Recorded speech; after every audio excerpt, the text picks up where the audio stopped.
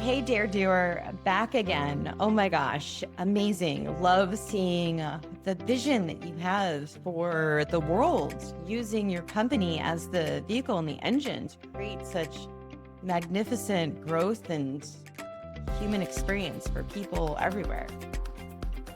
It is so great to be back with you today. Talking about vision always gets me so excited, and hearing where everybody's coming from and what you're wanting to create just lights my heart. I am so excited to continue on the journey. This next step is so important because every time we bring out a wish, we're immediately met with all the resistance, right? Right. Have you ever done that where you declare something and then you wake up in the morning, you're like, you feel shrunken because you're like, oh my God, I can't really do that. It's too much. It's too big, too whatever. So this question today is, what do you worry will stop you? What will stop you from creating this vision? What will stop you from having breakthrough? What is going to stop you with your company growing in the ways you wish this year? And so this can come in the form of lots of different factors, right?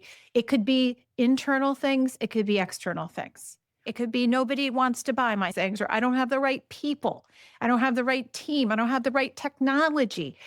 So, what we want to do is we want to flush all of these out because it's helping us reveal the truth of what lives inside our heads and minds and spirits. And there's great power in setting those up in front of us so that we can move beyond them.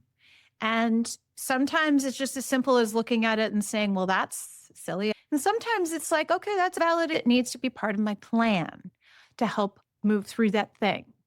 It will help you because what I love doing with entrepreneurs, with founders, I have a group of founders who've recently joined my founders circle, and they've put together their plan all at once. We do this exercise, we put together everything all at one time. And what it springs forth right away are some of the questions that are unanswered, the places where they don't know. And that is exactly the place where we can focus attention. Remember, we talked about breakthrough being this thing where you need to have focus, attention, and action. But what we don't always know is where specifically to place that focus, attention, and action. So we think about what's stopping us. When we think about what's worrying us, we flush it out. Here's the super secret sauce about breakthrough. You do not need to solve for every problem all at once. The key is choose one thing at a time and know that when you transform one worry, one problem, one constriction at a time, that's what leads to breakthrough. I invite you to think about this. Think about your company, whatever the status of it is. You've got whatever revenue, whatever customers, whatever systems, whatever technology is in place. You have all that right now, right? And there are probably things in there you wish was different, right? There are probably places you wish your product was different, or your conversions were better, or your CRM was better, or this or that connected better, or maybe you have an MVP that you're hoping to launch. But somehow, even though you don't have perfect systems and perfect everything, you're still creating goodness. You're still having revenue. You're still having product. You're still having something that's already on your treadmill. It's safe to declare what you're worried about. It's okay. And you do not need to deal with all of it at once. And probably most of it you don't have to deal with ever. It's just good to let it out. This is so good, Coco. And I love that we're including this as part of the quest because I think a lot of people don't realize that this can plague a lot of people, the things that we worry about, knowing that we're not alone. I remember one time I was in a CEO group and there was this guy in there that really successful. His business is doing extraordinarily well. And one time he got up and he said he felt like an unsophisticated CEO. and he didn't have an MBA and he felt like he didn't know all the things. And I remember that was the moment I was like, wait, what? I never would have imagined it. And the fact that he said that, it made me feel more secure in my role because I didn't know it happened to other people too. When we're able to declare what we're worried about and what stops us, like this is the juice right here. When we can get it out of our head, you might even be solving your own problem as you're saying it out loud. For me, it's funny. I'm right in the middle of this big, huge thing with the $1 billion impact marketplace. The marketplace doesn't exist yet. Technically, I'm still doing these auctions that will lead into the marketplace.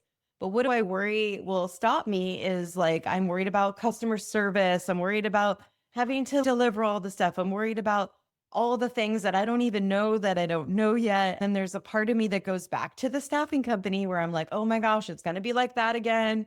I'm not going to have my life, all these old patterns. And my point of saying this is normal for us to have this big vision and then for us to go through all the things that are going to be wrong with it because it is safer to not do the big thing. It is so much Totally. safer to stay in our own little bubble. But the beauty that can come when we get through this piece, we know how powerful it could be. This is where the breakthrough year really can come from. Absolutely. I love what you're talking about here. It reminds me in my book, A Force for Good, there's a section towards the end where we talk about breakthroughs. We talk about the 12-month breakthrough, and we talk about like cycles of breakthrough. And what is really important to bring into our consciousness is the way that breakthrough feels. It's not the way you think. It is not all roses and joy. Mhm. It is not all celebrations along the way. Actually, what happens with breakthrough is we first figure out where our worries are, where our constraints are. We see something that needs to be increased, improved, or accelerated. In the Force for Good system, we talk about places of acceleration and places of constraint. At all times, we're looking for the number one accelerator and the number one constraint. The constraint is that number one worry. It's that number one worry. And when you deal with it, you can create breakthrough. And that process of discovering that something is wrong does not feel good, right? When you discover something is wrong, that usually makes you feel not good about yourself. Maybe you feel insecure or disappointed.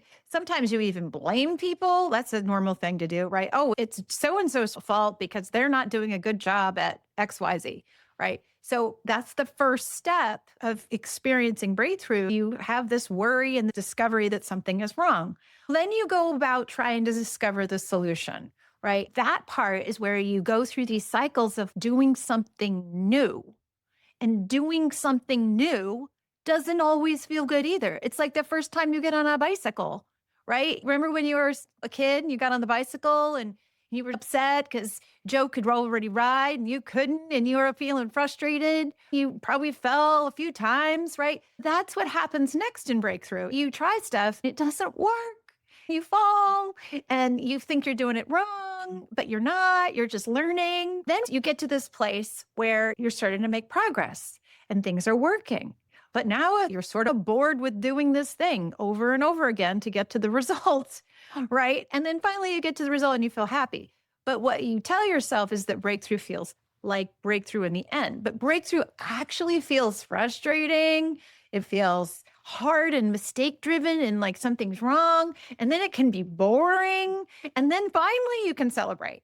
This question about what are you worried about is about helping you embrace and love those places where you're uncomfortable, where you're feeling worry and constraint, and my systems aren't working, and this is broken, and this person isn't doing their job, so that you can organize your thoughts and say, okay, this is evidence of breakthrough.